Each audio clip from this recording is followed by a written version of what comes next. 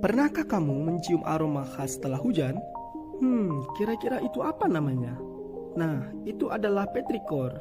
Petrikor adalah aroma yang muncul saat hujan menyentuh tanah kering.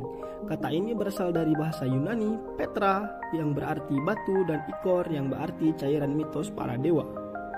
Aroma ini dihasilkan oleh senyawa yang disebut geosmin dan minyak alami yang dilepaskan dari tanah. Petrikor lebih dari sekedar aroma. Ia membawa nostalgia dan ketenangan yang hanya bisa ditemukan di alam. Nah, di sini siapa yang suka aroma setelah hujan? Coba tulis di kolom komentar.